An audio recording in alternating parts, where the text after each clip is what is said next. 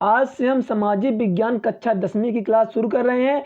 आपको daily important question के साथ साथ उसके आंसर भी प्रोवाइड कराए जाएंगे। जो बच्चे अभी तक कुछ भी नहीं पढ़े हैं वो भी आज से पढ़ के अच्छे नंबर प्राप्त कर सकते हैं। इस चैनल पे आपको सामाजिक विज्ञान के जितने भी महत्वपूर्ण प्रश्न हैं, चाहे सही विकल्प हो, सही जोड़ी हो, एक वाक्य हो या प्रश्न उत्तर, सब कुछ आपको प्रोवाइड कराया जाएगा। साथ ही साथ उसकी PDF दी जाएगी। ठीक है, तो चलिए शुरू करते हैं वीडियो। और अगर आप पहली बार आए हैं, परीक्षा की तैयारी बेहतरीन तरीके से करना चाहते हैं, तो अभी चैनल को सब्सक्राइब कर लीजिए, क्योंकि सामाजिक विज्ञान का सब कुछ आपको इस चैनल पे मिलेगा, वो भी बिल्कुल फ्री। चलिए शुरू करते हैं वीडियो। मैं आपको बताऊंगा कि आप PDF कैसे प्राप्त कर सकते हैं वीडियो में। ठीक है, तो सबसे पहले हम शुरू करेंगे आज से इतिहास।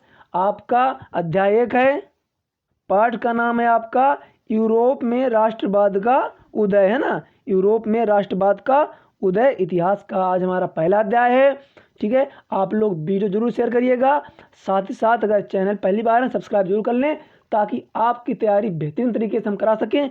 क्योंकि जितना बड़ा हमारा परिवार होगा, जितने आप लोग जुड़ेंगे, उतनी बेहतरीन आपकी तैयारी में कराऊंगा। पहला हमारा क्वेश्चन ये रहा आपके सामने।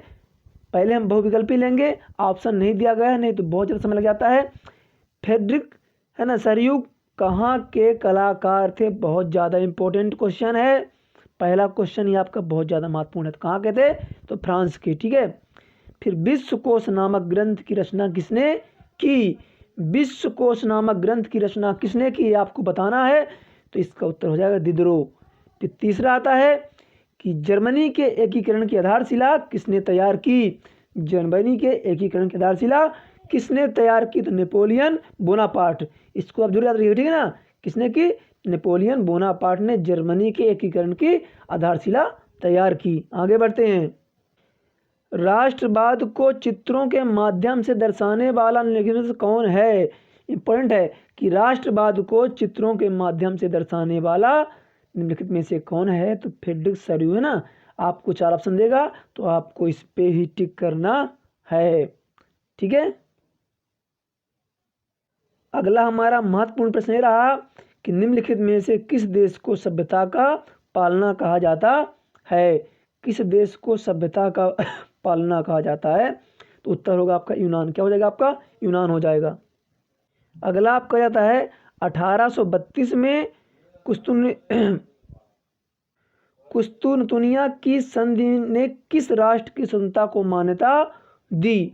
1832 में, कब? 1832 में कुस्तुनतुनिया की संधि ने किस राष्ट्र को स्वतंत्रता की मान्यता दी? ठीक है, उत्तर यूनान। क्या हो जाएगा आपका? उत्तर हो जाएगा यूनान, आपका सही उत्तर हो जाएगा। आगे बढ़ते हैं। तो मैटरनिख ने किसको सामाजिक व्यवस्था का सबसे खतरनाक दुश्मन बताया? ठीक, मैटरनिख ने किसको सामाजिक व्यवस्था का सबसे खतरनाक दुश्मन बताया? तो उत्तर आपके सामने है मैथ्सनी। ठीक है, उत्तर आपको जाएगा मैथ्सनी। अगला जाता है कि फ्रांस में किसकी छवि सिक्कों और टिकटों पर अंकित की गई? फ्रांस में किसकी छवि सिक्कों और टिकटों पर अंकित की? आपको बताना है कि फ्रांस के जो सिक्के थे और टिकटें थे, किसकी छवि थी या किसकी फोटो थी? उत्तर आपके सामने ये रहा, उत्तर है मरियन, है ना। उत्तर होगा आपका मरियन। आगे बढ़ते हैं। फिर अगला आ जाता है कि आंखों पर पट्टी बांधे हुए और तराजू लिए हुए महिला किस बात का प्रतीक है? आंखों पर पट्टी बांधे हुए और तराजू लिए हुए महिला किस बात का प्रतीक है? तो न्याय का। क्या है? न्याय का। ठीक है, अगर आप चैनल पहली बार हैं, सब्सक्राइब जरूर करिएगा, ताकि आप परीक्षा की तैयारी आसानी से घर बैठे कर सकें। फिर आपका आता है रिक्त स्थान पूर्ति। क्या था आपका? रिक्त स्थान पूर्ति। फ्रांसीसी कलाकार फ्रेडरिक सरयू ने चित्रों की श्रृंखला बनाई। कितने चित्रों की श्रृंखला बनाई थी? तो 4 चित्रों की श्रृंखला बनाई। राष्ट्रवाद की पहली स्पष्ट अभिव्यक्ति सन 1789 में फ्रांसीसी क्रांति के साथ हुई। इन सबको आपको अच्छी तरीके तैयार कर लेना है। फिर आता है 1804 की नागरिक संहिता, जिसे आमतौर पर नेपोलियन की संहिता के नाम से जाना जाता है। किसे जाना जाता है? ये क्वेश्चन पूछ लेगा आपको कि 1804 की नागरिक संहिता को किस नाम से जाना जाता है? तो नेपोलियन की संहिता के नाम से जाना जाता है। पूछ ले आपसे गालिसिया में कुलीनबर्ग भाषा बोलता था, यानी गालिसिया में कुलीनबर्ग कौन सी भाषा बोलता था? कुलीनबर्ग, तो भैया पोलिश। क्या बोलता था? पुलिस। अगला क्वेश्चन आपका जाता है कि 1871 के बाद यूरोप में गंभीर राष्ट्रवादी तनाव का स्रोत बाल्कन क्षेत्र है। इसको याद रखिएगा, बाल्कन से क्वेश्चन पक्का पूछा जाता है, ठीक है। बाल्कन क्वेश्चन आपके में आता ही आता है, इसे आप जरूर तय करिएगा अच्छे से। आगे बढ़ते हैं। फिर आप लोग यहाँ पे सही जोड़ी देख लीजिए, सही जोड़ी, ठीक है। सही जोड़ी आपको पूरे पार्ट का सब कुछ मिलेगा। मैं इसका PDF भी आपको प्रोवाइड कराऊंगा। आप लोग वीडियो में बने रहिएगा, मैं बताऊंगा आप इसका PDF कैसे प्राप्त कर सकते हैं, ठीक है। तो आप वीडियो पूरा जरूर बने रहिएगा। ये आपकी सही जोड़ी हो गई। फिर आपका एक वाक्य में उत्तर आ जाता है या एक शब्द में। तो स्टेट का नाम बदल कर क्या रख दिया गया, तो नेशनल असेंबली। क्या कहा गया, तो नेशनल असेंबली। आगे बढ़ते हैं। 1813 में लाइप्सिग की लड़ाई हारकर फ्रांस लौटते हुए डाकिया के रूप में किसको दर्शाया गया है, तो नेपोलियन। किसे दर्शाया, नेपोलियन को दर्शाया गया, ठीक है ना। तो इसको आप जरूर तैयार कर लीजिएगा। नेपोलियन ने इटली पर हमला कब किया, तो 1797 में। कब किया, इस क्वेश्चन की इम्पोर्टेंट है कि आप नेपोलियन ने इटली पर हमला कब किया, तो 1797 में। अगला जाता है, नेपोलियन ने प्रशासनिक कदमों से अनगिनत छोटे प्रदेशों से कितने राज्यों का एक महासंघ बनाया, 29 राज्यों। कितने बनाया, 29 राज्यों को बनाया। अर्थशास्त्र के प्रोफेसर फ्रेडरिश लिस्ट किस देश से थे, इनको भी आप याद रखिएगा, है ना। फ्रेडरिश लिस्ट किस देश से थे, जर्मनी से। कहाँ से आए, जर्मनी से थे।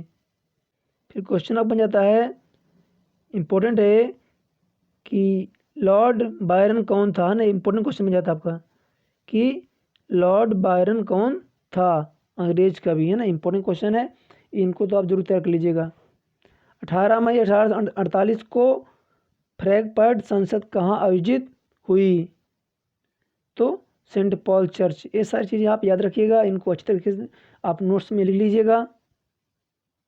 फिर हम प्रश्नों की बात करते हैं। तो पहला प्रश्न बहुत ज़्यादा इम्पोर्टेंट है कि निरंकुशवाद से आप क्या समझते हैं। निरंकुशवाद से क्या आशय है, निरंकुशवाद से आप क्या समझते हैं, निरंकुशवाद क्या है।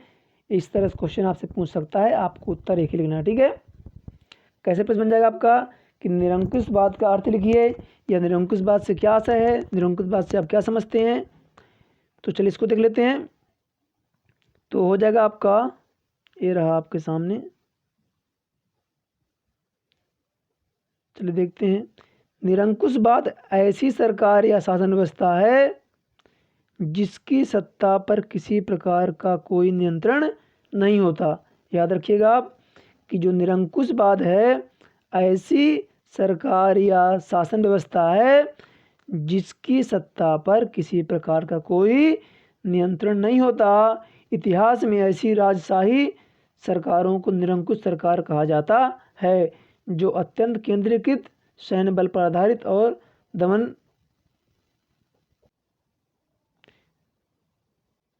तो देखिए, फ्रेडरिक सरू कौन थे, तो एक फ्रांसीसी कलाकार थे। याद रखिएगा कौन थे, तो फ्रांसीसी कलाकार। इन्होंने क्या किया, तो इन्होंने 1839 में 4 चित्रों की एक श्रृंखला बनाई। इनमें उसने सपनों का एक संसार रचा, जो उसके शब्दों में जनतांत्रिक और सामाजिक गणतंत्र से मिलकर बना था। उसने क्या किया था, इसमें सपनों का एक संसार रचा था, जो उसके शब्दों में जनतांत्रिक और सामाजिक गणतंत्रों से मिलकर बना था। तीसरा क्वेश्चन आ जाता है कि जनमत संग्रह का क्या अर्थ है। जनमत संग्रह का क्या अर्थ है, तो जनमत संग्रह एक प्रत्यक्ष मतदान होता है जिसके जरिए एक क्षेत्र के सभी लोगों से एक प्रस्ताव को स्वीकार या अस्वीकार करने के लिए पूछा जाता है। तो जनमत संग्रह क्या है, तो जनमत संग्रह एक प्रत्यक्ष मतदान होता है जिसके जरिए एक क्षेत्र के सभी लोगों से एक प्रस्ताव को स्वीकार या अस्वीकार करने के लिए पूछा जाता है। फिर आगे बढ़ते हैं, अगला क्वेश्चन लेते हैं, ये भी इम्पोर्टेंट है आपका कि रूढ़िवाद से क्या आशय है ना। रूढ़िवाद से क्या आशय है, तो चलिए इसको देखते हैं। तो रूढ़िवाद ऐसा राजनीतिक दर्शन है, रूढ़िवाद ऐसा राजनीतिक दर्शन है जो परंपरा स्थापित संस्थाओं और रिवाजों पर जोर देता है। तो आप कह सकते हैं कि रूढ़िवाद ऐसा राजनीतिक दर्शन है जो परंपरा स्थापित संस्थाओं और रिवाजों पर जोर देता है और तेज बदलावों की बजाय क्रमिक और धीमे धीमे विकास पर जोर देता है।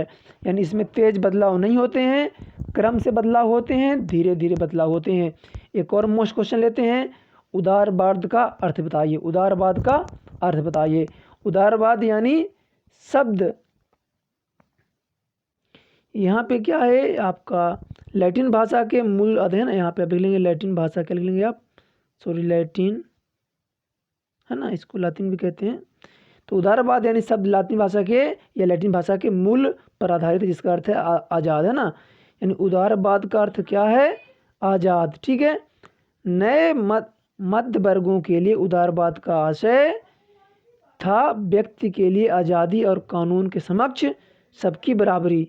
यानी जो नए मध्य वर्गों के लिए उदारवाद का क्या अर्थ था कि सबके लिए आज़ादी, जो व्यक्ति उनके लिए आज़ादी हो और कानून के समक्ष सबकी बराबरी, यानी सबको समान कानून मिले, ठीक है। फिर राजनीतिक रूप से उदारवाद एक ऐसी सरकार पर जोर देता था जो सहमत से बनी हो, ठीक है। आज का हमारा पहला वीडियो था, तो इस वीडियो हमने इतना कराया, बाकी क्वेश्चन आपको अगले वीडियो में मिल जाएंगे। चैनल पे पहली बार आए हैं, सब्सक्राइब जरूर करिएगा और वीडियो शेयर करिएगा। वीडियो कैसा लगा कमेंट जरूर करिएगा।